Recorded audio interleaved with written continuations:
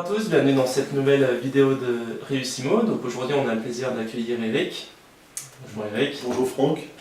Donc Eric est investisseur immobilier et donc on va parcourir aujourd'hui avec lui son histoire et puis répondre à quelques questions. Donc est-ce que tu peux te présenter dans un premier temps s'il te plaît Eric? Oui, alors déjà merci Franck pour ton accueil.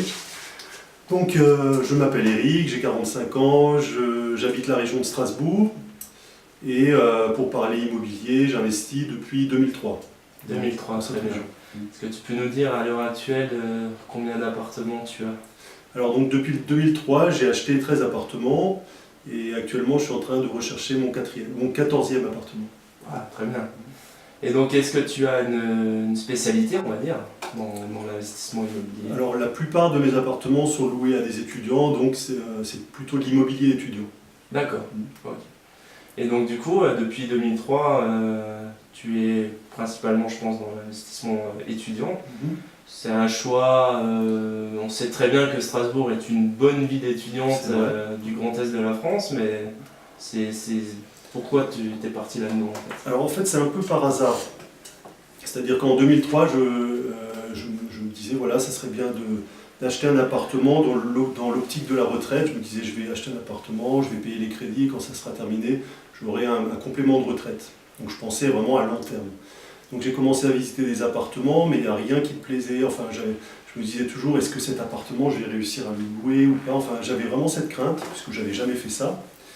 Et un jour, un agent immobilier avec qui j'étais en contact m'a proposé un appartement, donc un studio qui était déjà loué par une étudiante. Et ça m'a vraiment rassuré parce que je me suis dit, tiens, j'aurais pas besoin de chercher un locataire. Parce que c'était un peu ma crainte, la crainte du débutant, c'est de me dire, est-ce que je vais réussir à le louer? Donc là, il était déjà loué par une étudiante. C'était sur le quartier de l'Esplanade, donc c'est un bien que j'ai toujours aujourd'hui. C'est le quartier de l'Esplanade qui est le quartier étudiant. Donc pour moi c'était vraiment rassurant et puis j'avais fait des calculs rapides et j'avais le sentiment que, j'avais l'impression que le bien s'autofinançait, ce qui en réalité n'était pas le cas, mais ça me rassurait, je me disais que ça n'allait pas me coûter d'argent. Donc tous les indicateurs étaient ouverts, j'étais rassuré et donc j'ai mon premier bien, c'est pour ça que c'était un studio étudiant. D'accord, très bien. Le bien était déjà loué, donc il n'y avait pas besoin de faire de travaux. Moi, il y avait peut-être besoin d'un petit peu de rafraîchissement, mais comme il y avait une locataire, je n'avais pas besoin de le faire. Par contre, un an plus tard, donc la locataire est partie, et là, en fait, il y avait une moquette un peu vieille, donc là, en fait, à ce moment-là, j'ai fait refaire le sol de l'appartement. Donc un prestataire est venu et donc elle a fait... Voilà. D'accord. Voilà, donc j'ai fait un beau sol, ça présentait bien. Et du coup, là, j'étais face à un dilemme, il fallait que je trouve un locataire. Et pour moi, c'était compliqué, enfin je pensais que c'était difficile. Donc ce que j'ai fait, c'était en 2004, c'était une époque où on n'utilisait pas encore trop Internet, il y avait les journaux pour mettre des annonces.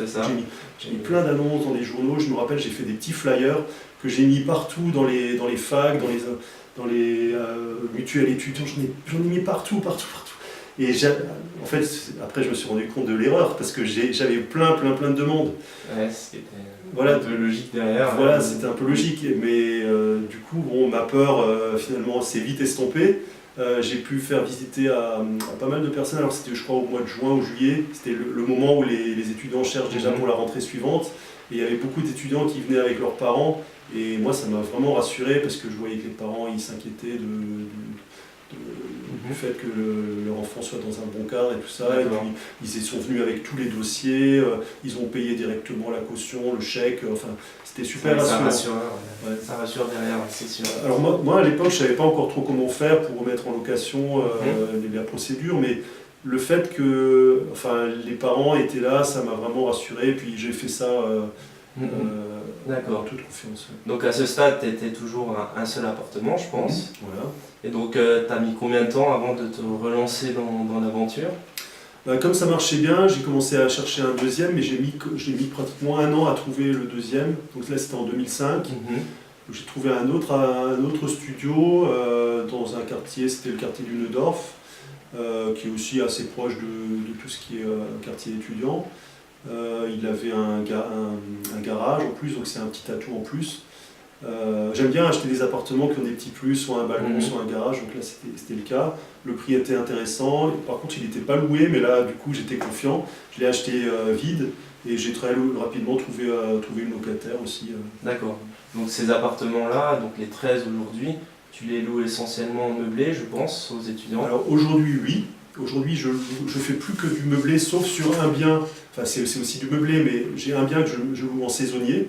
D'accord. Mais tous mes appartements loués en classique, c'est du meublé aujourd'hui, parce que ce qui n'était pas le cas au départ. Au Mhm. départ, mes premiers biens, j'ai loué en nu. Et c'est là où j'avais fait mon erreur de calcul au départ, c'est que quand on loue en nu, on paye très vite des impôts. Et donc j'étais, en fait, là je me suis rendu compte qu'il y avait une fiscalité derrière et que finalement je n'étais pas à l'équilibre, mais que je devais payer un peu d'impôts tous les ans pour ces appartements, pour les gains que j'avais sur ces appartements. D'accord, très bien. Donc là, tu nous as parlé en début d'interview du 14e éventuel. Mhm. Croisez les doigts pour toi. Ouais. Qu'est-ce que tu penses au niveau plus général de l'année 2017 ? On voit très bien que les taux d'emprunt chutent énormément, Mhm. que les prix aussi étaient très bas et commencent à augmenter. Est-ce que tu pourrais donner ton avis perso en fait sur cette année qui arrive et qui est présentée comme charnière, on va dire ? Ouais, alors c'est vrai qu'il y a beaucoup de personnes qui disent que les taux vont augmenter, c'est très probable, c'est clair. Alors aujourd'hui, les taux sont encore très bas. J'étais allé voir mon banquier cette semaine, mes deux banquiers cette semaine. Sur 20 ans, on est à 1,4, 1,5, ce qui sont vraiment des taux historiquement bas. Donc déjà pour cette raison, c'est intéressant d'investir.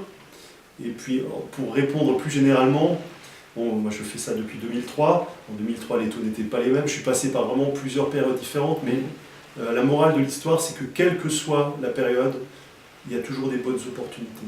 Quelle que soit la période, si les taux sont hauts, si les taux sont bas, si l'immobilier va pas bien, si l'immobilier est en pleine croissance, il y a toujours des bonnes opportunités.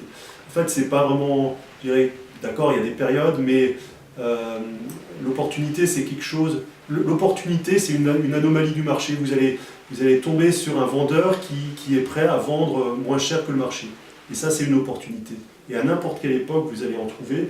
Et donc, je dirais que 2017, bien sûr, 2017, ça va être une bonne année. Le conseil que je vais donner, c'est faites des visites, cherchez des biens, et vous allez trouver des bonnes affaires automatiquement si vous cherchez. Voilà, donc n'hésitez pas à accumuler la visite des appartements et puis à démarcher derrière des banquiers parce qu'il y aura forcément une bonne affaire qui va sortir un jour et puis derrière ça vous pourrait pouvoir vous permettre de générer derrière un cash flow positif, etc. etc. En fait, il y a deux attitudes en général. Il y a l'attitude qu'on voit souvent, c'est on se dit ah c'est pas la bonne période pour acheter, ah la conjoncture est pas bonne. Donc en fait si on a cette attitude, malheureusement les personnes qui ont cette attitude vont pas faire de visite et donc elles vont pas trouver des bonnes affaires. Par contre la personne qui se dit bon ok il y a cette conjoncture mais c'est pas grave, je vais quand même visiter, et ben elle va trouver des bonnes affaires. Et c'est ça qui fait la différence, c'est plus dans quel état d'esprit on aborde le sujet. D'ailleurs pour revenir en arrière, sur ton premier investissement, tu as mis combien de temps justement à te décider, à te lancer dans cette aventure ? J'ai mis plus de 6 mois pour trouver l'appartement. En fait, c'est vrai que, comme je disais, je suis assez prudent par nature, donc j'ai pas sauté sur le premier bien. Donc au moment où tu te dis, je vais commencer à investir dans l'immobilier, et au moment où tu commences à faire les visites, c'est là il y a une période à peu près de... Ouais, à peu près de 6 mois. De 6 mois. Alors j'avais déjà acheté mon habitation principale avant. D'accord. Donc le processus d'achat du notaire, je le connaissais déjà. Et donc c'est après cet achat de l'habitation principale que je me suis dit, tiens, je peux peut-être investir, acheter des biens pour les mettre en location. D'accord, très bien. Mais la démarche au départ c'était retraite, alors qu'aujourd'hui ma démarche c'est plus d'acheter pour générer du bénéfice déjà dès le premier mois de mise en location. C'est pas la même démarche. Alors justement, excuse-moi de te couper, justement on va y arriver. Aujourd'hui, est-ce que tu es indépendant financièrement en fait ? Alors c'est vrai que les revenus immobiliers, ça me permet de vivre correctement. Disons, ça a remplacé mon salaire. D'accord. Puisque aujourd'hui, tu n'es plus salarié ? Non, fin 2015, j'ai quitté mon employeur précédent. D'accord. En fait, je m'étais dit la chose suivante, je m'étais dit à partir du moment où mes revenus immobiliers serait équivalent à mon salaire, je me donnerais la possibilité de rester ou pas dans mon entreprise qui m'employait. Et ça, c'est arrivé début 2015. Et à ce moment-là, je me suis dit, qu'est-ce que je fais? Donc je me suis dit, je vais encore rester chez mon employeur pour pouvoir avoir du crédit de la part des banques pour acheter encore quelques biens. Donc j'ai encore acheté 3 biens cette année-là. Et après, je me suis dit, bon, maintenant c'est bon, je vais pouvoir. Donc j'ai quitté la société où je travaillais. Et j'avais eu une crainte quand même, je me suis dit, ok, j'aurai plus de CDI et donc peut-être les banques ne vont plus me suivre, mais en réalité elles me suivent toujours. Et ça c'est vraiment rassurant parce qu'aujourd'hui je peux continuer à chercher les biens et à investir puisque la banque me suit. Alors je pense qu'il y a la confiance, la banque a confiance parce qu'elle voit que j'ai fait des investissements bénéficiaires. Et puis, pour diverses raisons, elle est rassurée. D'accord. Et donc, par l'avenir, est-ce que tu vas toujours rester sur la région strasbourgeoise ou est-ce que tu penses un jour, je sais pas, investir en montagne, à chalet ou en bord de mer ou... Alors, pas à court terme ni à moyen terme. Pour le moment, je préfère me focaliser sur ma région. D'accord. Pas Strasbourg, mais toute l'Alsace. Alors moi j'aime bien toujours être proche de mes investissements parce que j'aime bien avoir la main quand même, une certaine main dessus. Voilà, en fait par exemple mes biens aujourd'hui je les gère tous, enfin c'est moi qui les mets en location, à part celui qui est en location saisonnière où là je le délègue, mais pour tous les autres biens c'est moi qui m'occupe de les mettre en location. J'aime bien avoir le contrôle sur ces choses-là. Alors peut-être que plus tard le problème se posera quand j'en aurai plus. Parce que ça va, inévitablement, à un moment, ça va prendre du temps. Mais aujourd'hui, j'aime bien m'en occuper, donc s'ils sont proches, ça simplifie les choses. Et donc toujours dans la location saisonnière qui, je pense... Non, étudiante, excuse-moi, qui marche à merveille, je pense, sur Strasbourg. Moi, la location étudiante, c'est quelque chose qui me rassure beaucoup. J'ai aussi loué à des jeunes travailleurs ou à des couples qui n'étaient pas étudiants. Mais la location étudiante, ça me rassure vraiment pour plusieurs raisons. La première, c'est que pour moi, c'est quelque chose qui est très sécurisant parce qu'il y a les parents qui se portent caution. Enfin, vous avez toujours un garant. Enfin, moi, je demande systématiquement un garant. Et après, vous avez aussi les étudiants qui touchent des aides au logement. Donc, financièrement, c'est plus rassurant. Bien sûr, ouais. Et il y a un truc qui me rassure aussi, c'est le fait que les étudiants ne restent pas trop longtemps dans l'appartement. Parce que j'ai souvent vu des personnes qui faisaient de l'immobilier, puis elles avaient des personnes qui restaient 5 ans, 10 ans, 15 ans, 20 ans. Et on ne sait pas ce qui peut se passer dans 10 ans, 15 ans pour votre locataire. Ils peuvent perdre un emploi, avoir des problèmes, toutes sortes de problèmes et avoir des difficultés à payer le loyer. Et donc, moi, je le vois comme un risque, le fait de louer sur des très longues durées. Alors qu'avec l'étudiant, chez moi, en moyenne, il reste 3 ans et demi. Bon, je choisis pour qu'il reste quand même un certain temps. Je prends des personnes qui sont en début de cycle ou qui font des études longues. Donc 3 ans et demi, c'est très bien. Voilà, je sais que l'étudiant, il est là pour les études. Il est là pour réussir ses études. Donc, il va payer ses loyers et les parents vont tout faire pour que ça se passe bien. Et ensuite, au bout de 3 ans et demi, on le met en location avec une nouvelle personne. Donc ça remet les compteurs à zéro. D'accord. Et concernant justement ce laps de temps entre la sortie et l'entrée, je pense que niveau Strasbourg, tu n'as pas observé une grande... Non, pas du tout. Alors, quand je mets une annonce, pour les annonces sur le Bon Coin, quand je mets une annonce sur le Bon Coin, en général, j'ai des dizaines, voire presque une centaine de demandes. Parce que c'est vrai qu'il y a beaucoup d'étudiants. Strasbourg, c'est pas la seule ville, il y a des tonnes de villes en France, petites ou moyennes ou grandes villes, où il y a des étudiants et il y a vraiment une forte demande. Alors la période où il y a la plus forte demande, c'est juin, juillet, août, septembre. Mais tout au long de l'année, vous avez de la demande. J'ai déjà loué des biens en novembre, en décembre, en janvier. Ça se loue aussi parce qu'il y a des gens qui commencent leur cursus des fois en décalé, il y a des stages, il y a des Erasmus.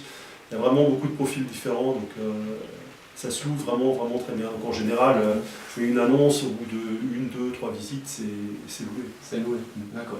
Ok, très bien. Il y a juste une période un peu difficile, c'est janvier-février. Où tu observes vraiment un petit creux. Ouais, alors je loue aussi à des étudiants. Hein. J'ai loué en janvier, j'ai déjà loué à des étudiants, mais ça met un peu plus de temps, mais ça marche aussi, il faut juste être un petit peu plus patient. D'accord, bon, bah, très bien. Et donc, du coup, en parallèle à tout ça, est-ce que tu as d'autres projets que tu as mis en place, que tu vas mettre en place? Oui, alors, en fait, ce que j'ai remarqué aussi, inévitablement, quand on investit, on parle de ça autour de soi. Alors, je parlais de ça à des amis, à des collègues. Alors, il y en a certains, ça ne les intéressait pas, mais il y a des personnes qui vraiment me demandaient des conseils parce qu'ils voulaient faire pareil, donc des personnes qui voulaient acheter pour louer. Donc je leur ai donné des conseils et je me suis rendu compte que ça intéressait beaucoup de personnes. Et de fil en aiguille, j'ai créé un blog sur le sujet où j'explique ce que je fais, comment j'achète les biens, comment je trouve les bonnes affaires, comment je les mets en location. Et j'ai vu que ça avait vraiment un engouement. Et aujourd'hui, ce que je fais, c'est que j'aide les personnes qui veulent faire pareil, qui veulent investir et acheter des biens, les mettre en location, en particulier dans l'immobilier étudiant. Et donc sur le blog qui s'appelle Campus Invest, campus-invest.fr. Campus Invest. Voilà, vous trouverez plein d'informations sur ce sujet. Par exemple, vous trouverez par exemple, je vous explique la manière dont je mets mes biens en location, la procédure que j'utilise, je vous explique comment trouver les bonnes affaires, je vous explique, je vous parle de fiscalité, je vous parle quels sont les types de biens idéaux pour faire la location meublée étudiante. Ça c'est important, à quel endroit acheter, enfin, je vous donne toutes les indications en fait pour que vous puissiez faire pareil et avoir un bien qui soit à la fois rentable et qui génère la tranquillité. Ça c'est très important en immobilier, la tranquillité. C'est que quand vous investissez, vous le mettez en location et après vous n'y pensez plus. C'est jusqu'à peut-être 3 ans ou 3 ans et demi plus tard, mais pendant ce temps-là, vous pouvez faire autre chose. Il ne faut pas que ça soit... Pour moi, l'immobilier, je ne le vois pas comme... Je ne veux pas que ça soit un travail, en fait. Je vois des personnes font de l'immobilier, font la location saisonnière, où ils s'occupent d'entrer dans les lieux, entrer, sortir des lieux. Moi, je ne veux pas ça. Moi, je veux un investissement tranquille. Donc, voilà, donc pour moi, c'est important. Rentabilité et tranquillité. Et tranquillité. D'ailleurs, en parlant de tranquillité, est-ce qu'aujourd'hui, tu délègues un certain nombre de choses ou est-ce que, par exemple, administrativement, c'est toi qui fais encore ou... Alors, pour tout ce qui est meublé, quand on fait du meublé, on doit faire une comptabilité. Donc, évidemment, la comptabilité, je ne la fais pas moi-même, je la délègue. Donc, vous avez deux solutions. En gros, vous avez soit un expert comptable qui est spécialisé dans le meublé. Voilà. Et donc lui, il fait votre comptabilité tous les ans et il envoie ça aux impôts. Ou alors vous avez la solution de la comptabilité en ligne aussi, c'est la formule que j'ai choisie. Au final, même si avant j'avais un expert comptable, aujourd'hui je fais ma compta en ligne. J'ai un outil, ça s'appelle jedéclaremonmeublé.com. Et j'ai juste besoin, quand par exemple j'ai une nouvelle facture, de rentrer dans l'outil. Et lui automatiquement il va tout calculer et au mois de mai, avril-mai, je ne sais plus, il va envoyer tout ça aux impôts, c'est vraiment automatique. Et si jamais j'ai une question fiscale ou comptable, je peux téléphoner, il y a un service avec une dizaine de personnes qui peuvent répondre à mes questions. Donc pour moi ça fonctionne bien et surtout l'avantage c'est que c'est beaucoup moins cher qu'un expert comptable. Ouais, ça c'est sûr. Et tout ce qui est entrée, des lieux, sorties, tout ça, c'est toi qui fais encore. Hein. Voilà, c'est ça. Tout ce qui est état des lieux, c'est moi qui fais. Contrat de location, c'est moi qui fais. Voilà. J'aime bien quand même voir la personne. Oui, t'aimes bien pouvoir voir et choisir par la suite. Tout à fait. Donc vous comprendrez que Eric arrive à gérer pas mal d'appartements via plusieurs solutions, donc soit lui-même, soit il le délègue. Et puis donc du coup, je pense qu'il ne va pas s'arrêter de sitôt. Et donc du coup, pour finir, est-ce que tu aurais une petite anecdote, parce que tu as quand même 13 appartements, je pense tu as dû en voir quelques-unes. Ouais, alors j'ai pas mal de bons souvenirs quand même. J'ai pas mal de bons souvenirs. Comme ça, ce qui me vient en tête, des fois j'ai des messages de personnes qui me disent